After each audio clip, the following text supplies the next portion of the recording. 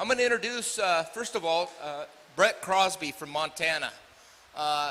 Glenn alluded to him earlier, and I tell you what, guys, this BeefBasis.com is an incredible tool. I use it quite a bit, and I'm not an economist, but it really gives me ideas on how much money I can afford to spend to get some added weight gain and everything from the value of gain perspective. But we were lucky and fortunate to get Brett to come in to give you the down low on this really cool piece of software that program that they developed for you. So Brett, excuse me, without any further ado, I'm going to ask you to tell us all about BeefBasis.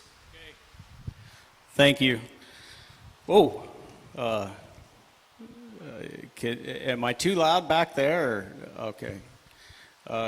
Sorry that the fans are blowing out towards you. I did shower this morning, but I don't. You might question it if the fans are blowing your way. Let's see, which way. I forgot to ask. I assume that advances. Yes. That okay. All right. I apologize.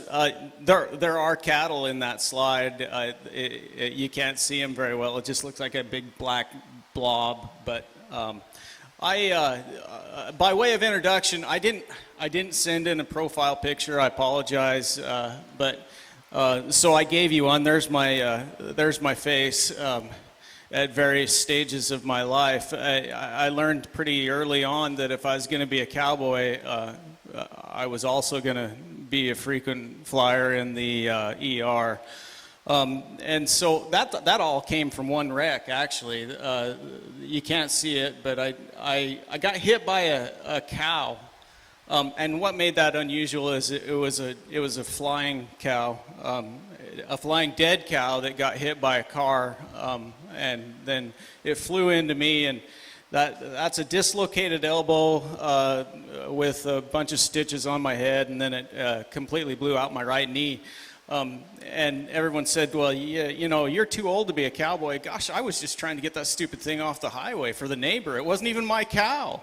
But I have grown up in Wyoming. Our family has ranched in Wyoming for 5 generations, Wyoming and Montana.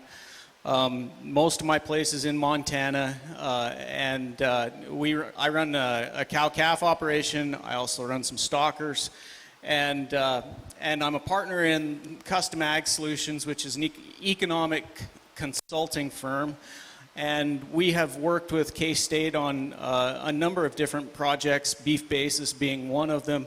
I'm also an accredited rural appraiser, so if you want to know how much your farm or ranch is worth, you can ask me. I'm not going to tell you, but you can ask me.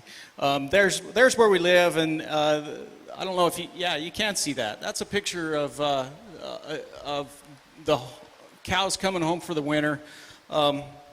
We live in a very dry area, about 5 to 7 inches of precip a year in the valley, but then we get up into the higher elevations, it's about 30 inches. 2 days ago, I was in a blizzard, and I was so looking forward to coming to Kansas. I thought, I'm going to get out of this for a couple of days. No more snow, no ice. I was driving down the mountain, and it was more like a sleigh ride than it was an actual drive, and I thought, this is going to be great.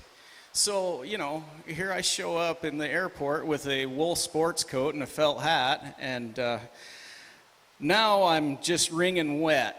And we spend a lot of time talking and doing research on risk and risk management, and price risk is one of those things. But what I want to, before we get into any of that, I want to just establish just one thing, and that is that we all understand that risk involves chance and it involves different outcomes.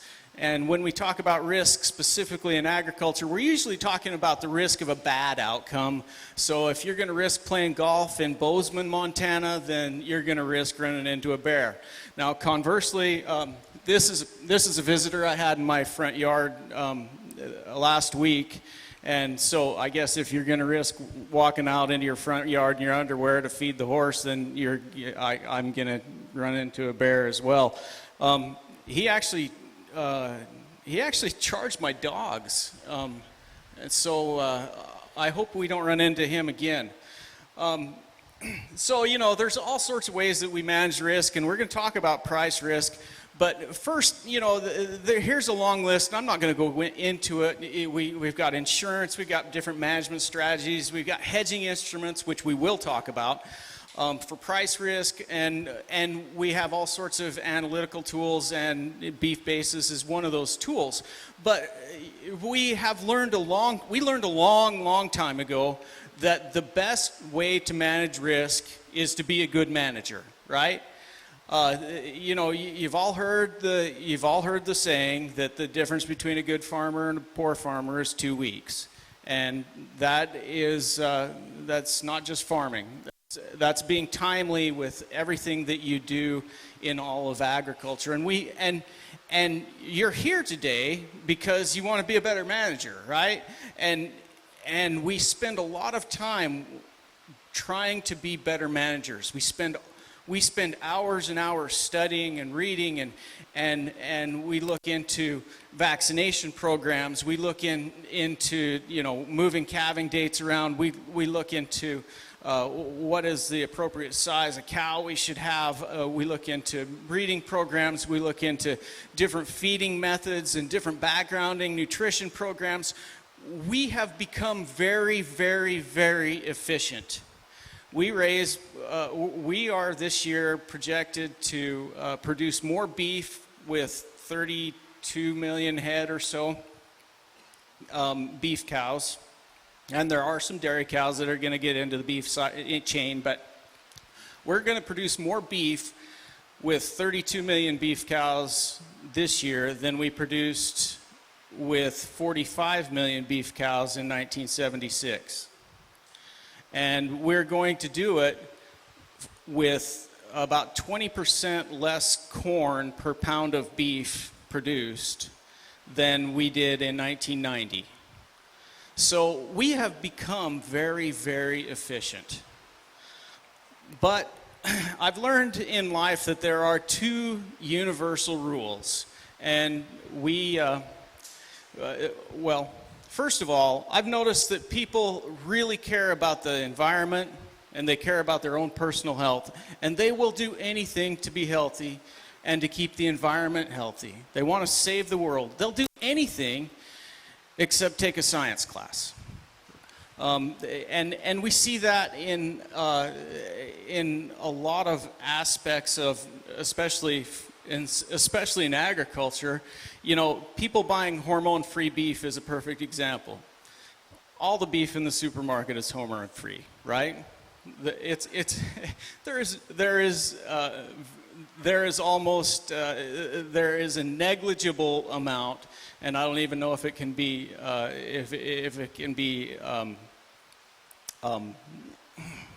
if you can measure it, of any type of hormone or residual hormone in any of the beef in the supermarket. But a lot of people want to buy hormone-free beef because they have this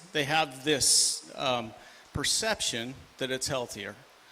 And if they want to pay me more for it, then that's fine. I'm fine with that. I'm okay with people making choices that aren't necessarily based on science. They're based on perception.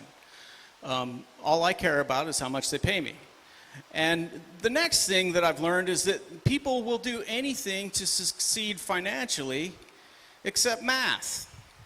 And that actually is a universal concept for the economy in general, that people propose all of these solutions, all of these fixes, but they never stop and do the math behind it. They never stop and look and see, and the tax the rich mantra that we hear all the time is a perfect example. We could take every dime that the top 1% makes, and it wouldn't even make a dent in the federal debt. But you still hear, well, I'm going to start this program, or I'm going to do this, or I'm going to do that, and we're going to make the rich pay for it. Because people will listen to that and they won't bother to do the math, and they'll buy into it. And these are two universal principles, and we're kind of guilty of it in agriculture as well. And I ask this question a lot to cow-calf guys. So I'll ask you, and then I'm going to make you do some math. But what's going to affect you more? Okay, what is going to have the greatest impact on your bottom line? Say you sell your cattle 10% lighter than you expected to. So instead of at 800 pounds, you sell them at 720. Or if you're a stalker guy, preg rate doesn't apply to you, but suppose your preg rate drops from 90% to 80%. Price drops by 10%.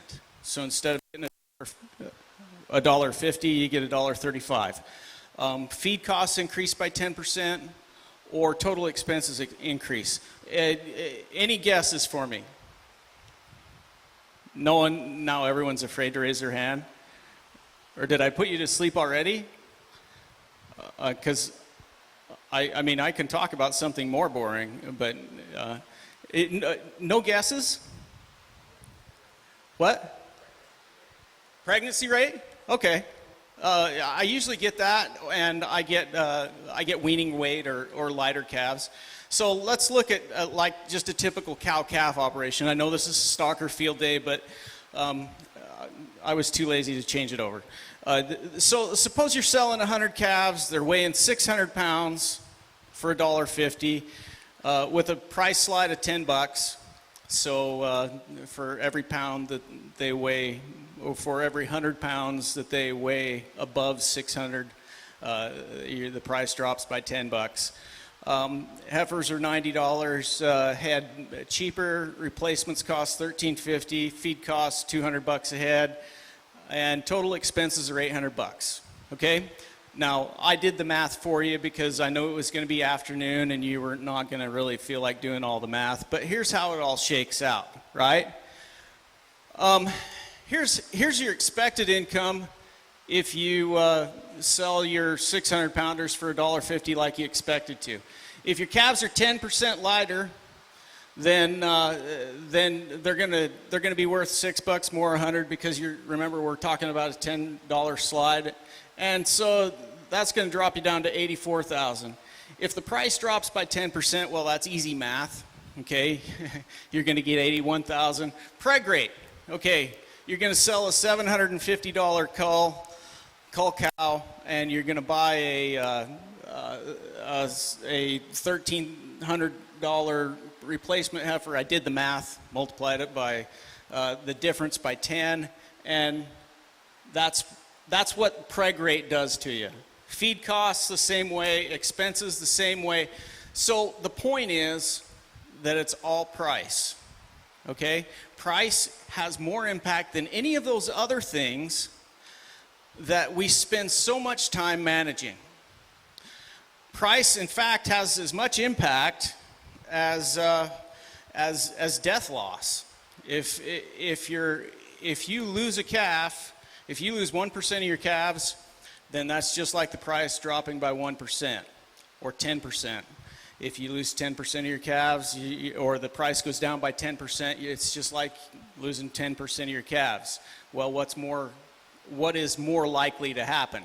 We all know that price volatility prices are much more volatile than death loss, because we've all become much better managers than that. But so, what do we do about it? Well, we try to forecast, and we try to look at different forecasts and see, okay, well, what are the prices going to be? And the way we have tried to deal with this in the past is we've tried to cut our expenses so that we can deal with the forecasted price. But the problem with a forecast is it's one forecast, when really there's a probability of a lot of different prices occurring over time and over the year. And so if you are really going to manage your risk, you've got to plan for the forecast, but prepare for the worst. And so what is the worst? What are we going to be looking at going forward for a worst case scenario? Well, now, I'm not trying to take Glenn's place because he already went through the cattle market with you, and I am not going to be Glenn. I'm not Glenn. But if you look at this is the feeder cattle index from 1978 all the way to 2019. And you can see you can see the cattle cycles represented in there pretty well. And you can see that there were highs and lows in the cattle cycle throughout the last 30 years. And what is really interesting to me is that the feeder cattle index in each of these years in the cattle cycle was what at one point was in at least the top 20% of that range. So let me restate that. If the range was $20, between $1.20 and $1.40, say, then the top 20% would have been $1.35 or higher. And during each cattle cycle, in that particular cattle cycle, then there was almost every year there was one point in time when the price was at $1.35 or higher. And this year is no exception to that rule. We see the current cattle cycle. This is just me. This is my opinion. That the current cattle cycle for live cattle, the range is about 96 to 132, and for feeder cattle, it's about 122 to 162. And every year for the past 5 years, we have seen the cattle futures, the August cattle futures, for those of you who are running stockers through the summer, get into the upper fifth of that range, which would be 150 or higher. And this year it got all the way up to, it set the top of the range. Okay? The problem that we're faced with, though, is what do we do about it? Because this year, the August futures got to 161 or whatever it got to. It got high enough that I was facing a pretty big margin call. That's what I know. But it was up there in March, and I wasn't going to sell my calves in March. I wanted to sell them in August, and I had to know, okay, if I am going to use any type of an instrument to take advantage of this. What at the time I thought was irrational exuberance, to steal a line from Alan Greenspan, I need to know what that really means for my cattle in August. Just because the August futures say that that's what they're going to be doesn't mean that that's what I'm going to get. Okay, and so that's been a problem for a long time. And I'm going to skip this slide. And that one too. What we need as we look at managing price risk is a good way to figure out what the price means to us, what the futures price means to us. And so we first have to understand what the feeder cattle futures are. The feeder cattle futures are simply the market's best guess of the feeder cattle index, because they are what's called cash settled. So the last trading day in August, the August feeder cattle futures are whatever the feeder cattle index is. And so for every futures cattle or feeder cattle futures contract, it always settles on the index. So if you understand what the index is, then you can understand what the feeder cattle futures are, which is simply the market's best guess at what the index is going to be on the last trading day of that month. And so if we understand that the index is the market's best guess or the futures are the market's best guess of the index, then that's great for an 800-pound steer calf, because that's what the index represents. It's 700 to 900-pound calves in it should say 12-state area, and it's 700 to 900-pound steers. But what if I have a 500-pound heifer? And what if I am not in the 13-state area? What if I am selling them in Tennessee? Or what if I'm in the 12-state area, but I want to know how my location, my sale location is going to compare to somewhere else? Well, that's where we get into, that was where the idea for BeefBasis originated. And now I'm going to start talking about basis. Understand that basis is just the difference between the cash, in other words, what you're going to get at the local sale barn, and what the feeder cattle futures say the price is going to be at some future date. So let's talk about this and the information gap here.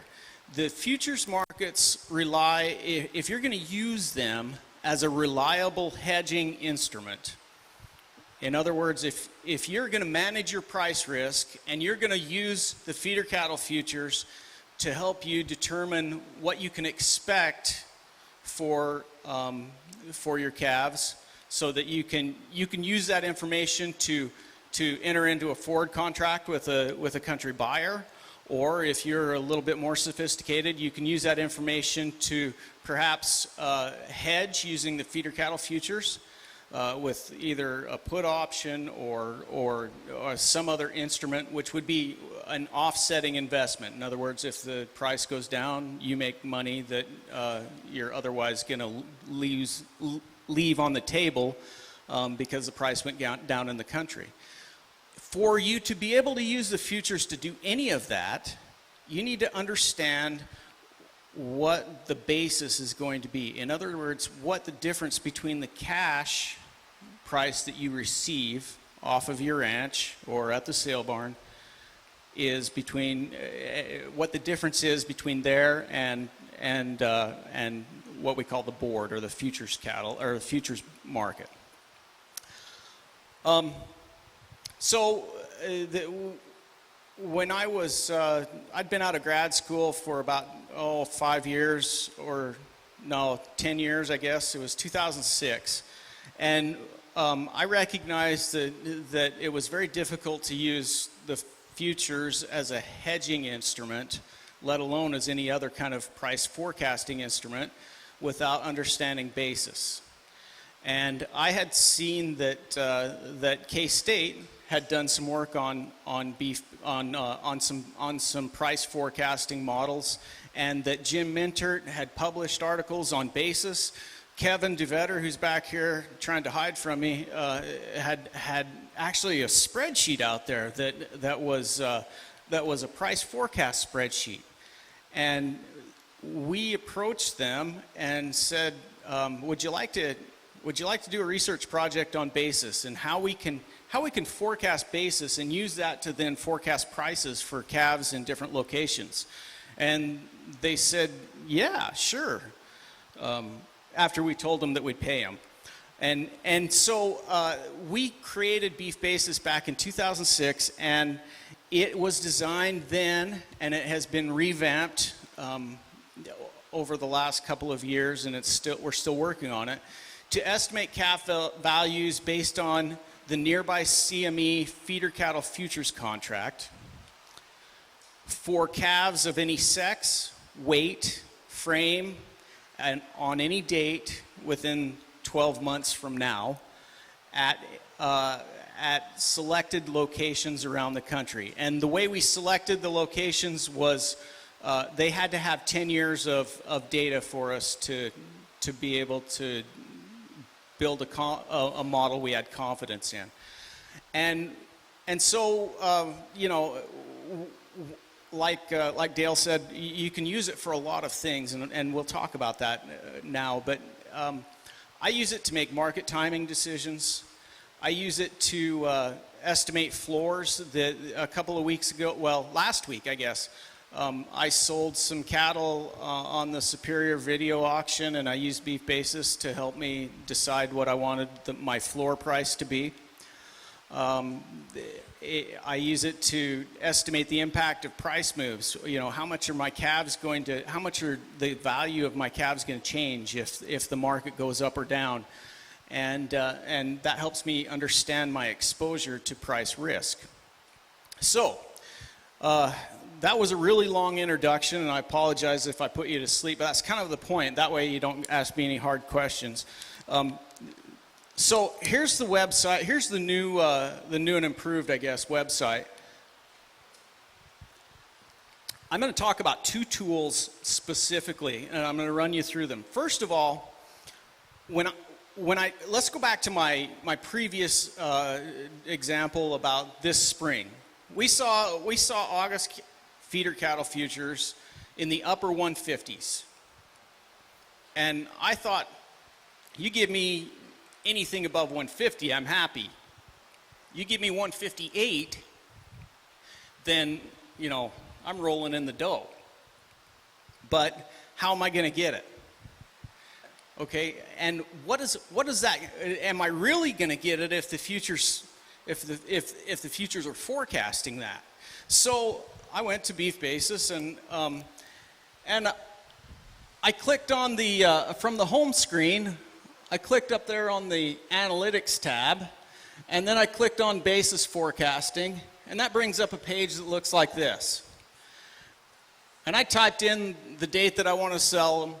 So I wanted to sell them in August 15th, and then I picked a location. I picked Torrington for my location. The example I'm going to show you in a second is, I think, Pratt. And then steers and heifers both I ran.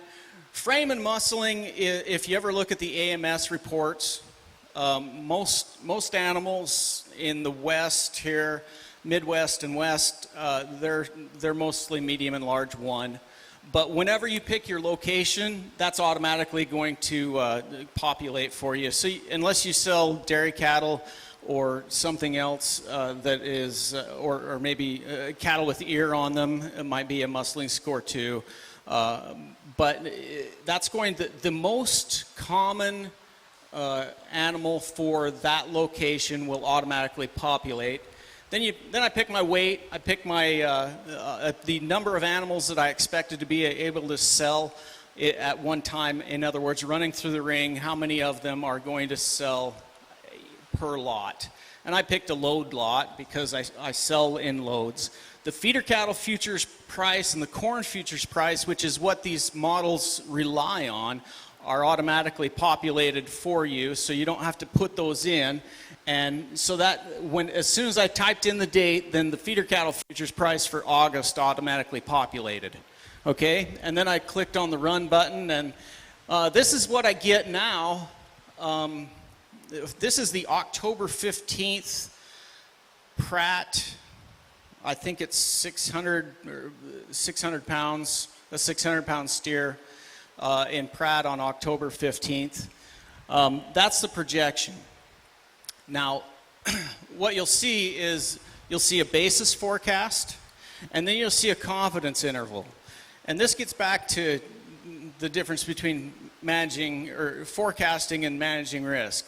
We can give you a forecast, but we all know that there's going to be a range. Even with light cattle, there's going to be, even with cattle that all look the same throughout the day, there's going to be a range of prices, and there may be a range of prices from day to day.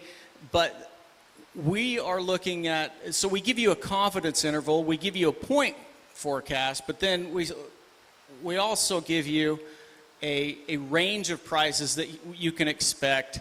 And then down here we've got a nifty little number that Kevin calculated for us that tells you how many animals you will hedge if you sell a futures contract or you buy a put. Okay, so that number told me when I ran that in March how many animals or how many contracts I needed for the number of animals that I wanted to sell. or to hedge. Okay? And then you can go down, you can click on the analysis below, and it pops up a chart like this. And this chart just gives you basis, which you have to add to the futures price. But this tells you how much exposure you have to market movement. So in other words, if the market moves from, say, I think 138.40 was the nearby contract. So if it dropped by $5, how much is my basis going to drop? Okay, well, it's going to drop another $1. So I need to add that to the $5 that the feeder cattle futures drop. Okay, so in other words, instead of 166, it's going to be 160. If that makes sense. Didn't mean to do that. It also gives you an idea of what's going to happen to your basis if corn prices go crazy, or if they go crazy either way. Because again, what matters, the determinant of basis is primarily the feeder cattle futures price and the corn futures. And so if we know those two, then we can predict what the basis will be. We add that to the futures price, we can predict the price. But if either one of those two, corn futures or feeder cattle futures, change, then basis will change, hence price will change as well. Another tool that Dale, you spoke of, is the value of gain tool, and I use this all the time. The value of gain tool is something that I use to help me understand how much I'm going to receive, or how much gross value I'm going to add to an animal for every X increment of pounds I put on them. And as stocker operators, that's what really matters, right? It's how much is that animal going to appreciate in value as it eats my grass and it gains weight. And so I use this a lot, especially with my stockers, but I'll also use it with my calves because I sell some weaned calves, and it helps me understand the timing of the best timing to look at marketing my calves and what kind of gain I want to put on them, etc. Incidentally, for me, when I wean calves, I am best off if instead of gaining them 2.5 a day to January and marketing them in January at 700 pounds.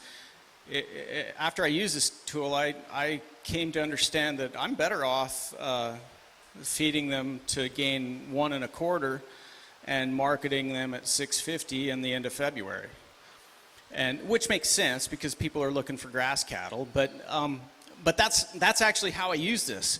So you go back up here, and instead of clicking on basis forecasting, you click on value of gain, and here's what you get. You get this screen, and it's conveniently numbered, so you can't screw up on the steps. We wanted to make it, I'm not going to say idiot-proof because I know a lot of smart people that still don't do it right, but we did want to make it a little bit bulletproof, so we numbered the steps. First of all, you're going to click in. You're going to put in your buy date and your sell date. And for me, my buy date was the date that I was weaning my calves, and then the sell date. Okay, and then you're going to go through all the rigmarole of selecting state, location, frame, muscling, score, sex.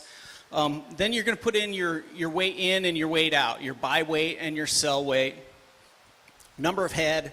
Again, the futures are automatically populated for you, so you don't have to look that up. And then you get a table that looks like this. Okay? So,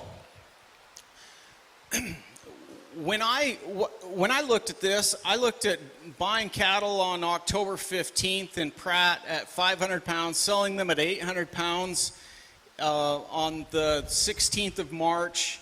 And if I did that, they're going to gain 1.96, 2 pounds roughly a day. And this is my value of gain, $88 a hundred, okay? Now, if they weighed 800 pounds on, say, the 12th of April, then that would have been my value of gain. And keeping them for an extra month, I would add another $11 to them. So if I just have them gain slower, I'd add $11 to them. I don't know how it works in your book, but I don't think I can keep an animal for 30 cents a day, even if they're gaining nothing. So that doesn't make a lot of sense to me. But this helps me understand. First off, is that a number that I can live with? What this does is, and if we go back up to it, this will project what price you're going to have to pay for them on October 15th, and what price you're going to sell them at on March 16th, or what they're going to be worth on each of these different dates. And if you don't believe the price that you're going to buy them at, you can go back in there and let's see, if we go back up, if we go back up and we click above on the analysis, then you're gonna get your inputs, and you'll be able to put in your in price if you don't believe the price that we calculated for you. But I use this tool all the time. I use it to help me understand whether it makes sense to put my light calves on grass or to sell them now. I use it to help me decide when I want to market calves that I've weaned and I don't plan to put on grass, but I'm going to sell them as weaned because I'm set up to do that, and that adds value to them. And like I said before, when I started working with this, all the cattle that weighed more than 550 weaned in October, we'd always just put them in the feedlot, gain 2.5 pounds a day, and we'd sell them when they got to between 700 and 800 pounds.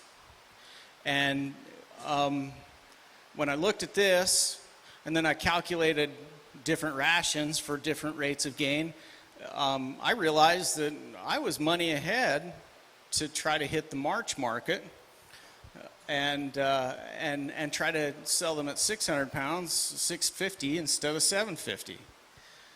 I'm not saying that you're gonna find that out for your own operation, but what you will find is you will find what you expect, or what you can expect the market to be paying you for every pound you put on those animals. Now, there are a lot of other tools on BeefBasis. We've got a stocker cattle index that is much like the feeder cattle index, except it's 450 to 500 or 650 pound steers. So it's the best description of it is the weighted average price of 550 pound steers. We have a ration calculator. We have all sorts of historical data. We have a huge database. We have every transaction that AMS has collected since 1996. So we have millions of records on there, and we have a lot of people that get on there and just want to do their own analysis. We have location comparisons, and we're bringing in some more tools and some more ability to and some more functionality. We're gonna allow you. We've created a login system, and we're bringing online in the next few weeks the ability to save your own lots, so you don't have to enter that information every time. The ability to track hedges if you use a futures market to hedge, and to track your expected gross income based on what the market is doing over time. And we're bringing on some other things that I'm not gonna bore you with right now, but it will enhance what we have and help you to understand the market better and make better marketing decisions. Because remember, I'm going to say this again, every year there is an opportunity to make a marketing decision that helps you capture the high end, the highest fifth of the price cycle. And that's important, especially since we've gone from new highs in March to new lows in August this year. So I will just stop there and let you know that that I appreciate you having me here. I have no idea where I am on time, but I will take questions if you have any.